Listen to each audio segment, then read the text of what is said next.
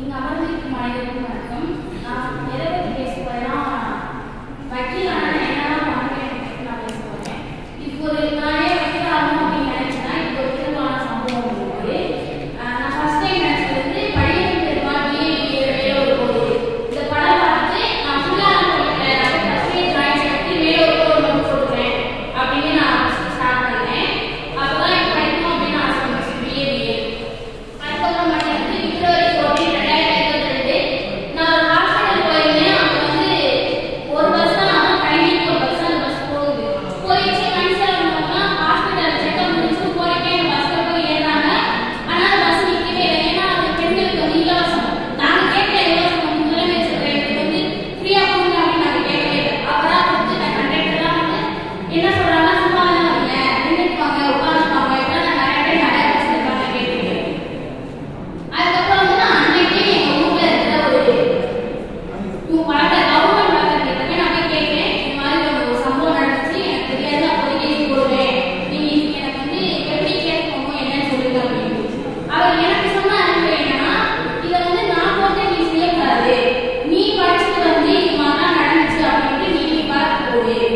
நான் கேட்டேன், நான் படிச்சுட்டு இன்னும் காலகட்டம் இருக்கு, அதுக்காக போய் இதெல்லாம் போட்டு முடியாது, நீ எனக்காக போடுங்க அப்படின்னு சொன்னப்ப அவர் சொன்னது என்னன்னா, நீ தேதி டேட் எல்லாமே ஞாபகம் வச்சுட்டு அப்ப அந்த பஸ் மேல போய் கேஸ் போடு அப்படின்னு அவர் சொன்னாரு. அப்ப வந்து அதுல இருந்துதான் நமக்கு ஒரு வேணும்னா அது நம்மளால மட்டும்தான் எடுக்க முடியும் அப்படின்ட்டு தான் நான் வழக்கறிஞர் படிக்கணும்னு நினைச்சேன். அதுக்கப்புறம் ஒவ்வொரு காலேஜ்லயும் போயிட்டு ஃபர்ஸ்ட் எனக்கு தெரியல, ஃபர்ஸ்ட் என்ன பண்ணணும், எதை படிக்கணும், எப்படின்னு எனக்கு எதுவுமே தெரியல. அப்ப போயிட்டு எங்க ஊர்ல இருக்க அழகப்பா யூனிவர்சிட்டியில வந்து டைரக்டா லா படிக்கலாம் அப்படின்னு சொன்னாங்க. ஏன்னா எங்க செட்டு தான் ஃபர்ஸ்ட் டைரக்டா லா படிக்கலாம் அப்படின்னு ஒரு சட்டமே வந்துச்சு. அப்ப போய் கேட்கும்போது அவங்க எல்லாருமே வந்து இல்ல ஒரு கட்டா கம்மியா இருக்கு, தர முடியாது அப்படின்னு சொல்லிட்டு கடைசியா அந்த இடத்துல வந்து கேஸ்ட் ஒன்று வந்துச்சு. அப்ப உங்களுக்கு ஒரு சீட் இருக்கு, நீங்க வந்து அந்த காலேஜ்ல ஜாயின் பண்ணுவீங்க அப்படின்னு சொன்னாங்க. அப்ப நான் சொன்னேன், நான் எடுத்த மார்க்குக்கு எனக்கு சீட் தராத, என் கேஸ்ட் பார்த்து எனக்கு தர வேணாம் அப்படின்னு சொல்லிட்டு அந்த சீட்டை நான் வேணாம்னு சொல்லிட்டு வந்துட்டேன். அதுக்கப்புறம் நிறைய பேர் எனக்கு டிரான்ஸ்ஃபர் வந்துட்டாங்க. எதா இருந்தாலும் படிச்சு உண்மையிலேயே அதை நான் வாங்கிட்டேன், இந்த ஜாதி பார்த்தோம் அதை பார்த்து எனக்கு வேணாம் அப்படின்னு. வழக்கறிஞர் என்னன்னா முதல்ல நான் வந்து என்ன சொல்லுவேன் அப்படின்னா, எந்த ஜாதியுமே இருக்கவே கூடாது, அதை ஃபர்ஸ்ட் நான் கொண்டு வருவேன். அதுக்காக ஒரு கேஸ் இப்போ வந்து மேக்ஸிமம் லவ்னால தான் அந்த பிரச்சனை, ஒரு கேஸ்ட் பிரச்சனை அதனால மட்டும்தான் எல்லாருக்குமே வருது. அதை ஃபர்ஸ்ட் அதை கிளியர் பண்ணணும். அதுக்கப்புறமா வந்து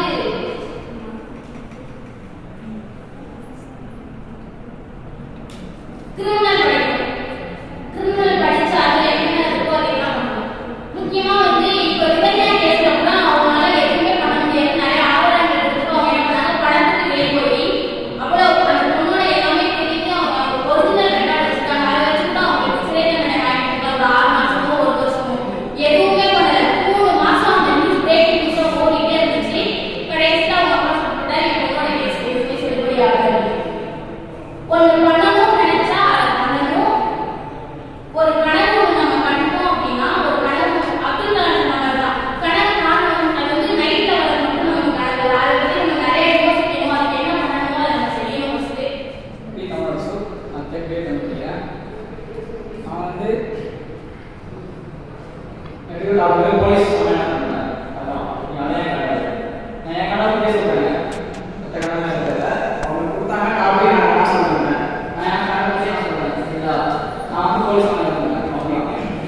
போலீஸ் ஒரு மரியாதை யூனிஃபார்ம், அது யூனிஃபார்ம் பண்ணி இருக்கும் போட்டாலே. இப்போ பார்த்தீங்கன்னா சில பேர் போலீஸ் இருக்காங்க, ஆனால் பார்த்தீங்கன்னா ஒரு கேஸ் நடக்குது, அந்த கேஸ் வந்து யாரும் இது பண்ண மாட்டாங்க, அது மறைச்சிருவாங்க அந்த கேஸ் நடக்கிறாங்க. அப்புறம் பார்த்தீங்கன்னா போலீஸ் இருக்காங்க, லைசன்ஸ் பண்ணுறது, ஹெல்மெட் போட்டு வராங்க, அவங்க வந்து என்ன பண்ணுவாங்க, விட்டுருவாங்க. ஆனால் அப்படிலாம் விடாமல் இருக்கணும், சரிங்களா? விடாமல் இருக்கணும், அது வந்து கேட்கணும், ஏன் அப்படி கிடைக்க. இப்போ நீங்கள் அவங்க கேஸ் போடுங்க, ஆனால் சில பேர் வந்து பெரிய பணம் இருக்கும், அவங்க கேஸ் போடுறோம், அவங்க கேஸ் போட்டால் அந்த கேஸ் நிற்காது. ஆனால் அப்படி இருக்காங்க, கேஸ் போட்டு அவங்க இது பண்ணலாம், சரிங்களா? தண்டனை வாங்கி தரணும். அவங்க போலீஸ் அப்படின்னா சில பேர் வந்து போலீஸ் ஆனால் எதுக்கு ஒரு 4 பேர் எவ்வளோ அப்படின்னா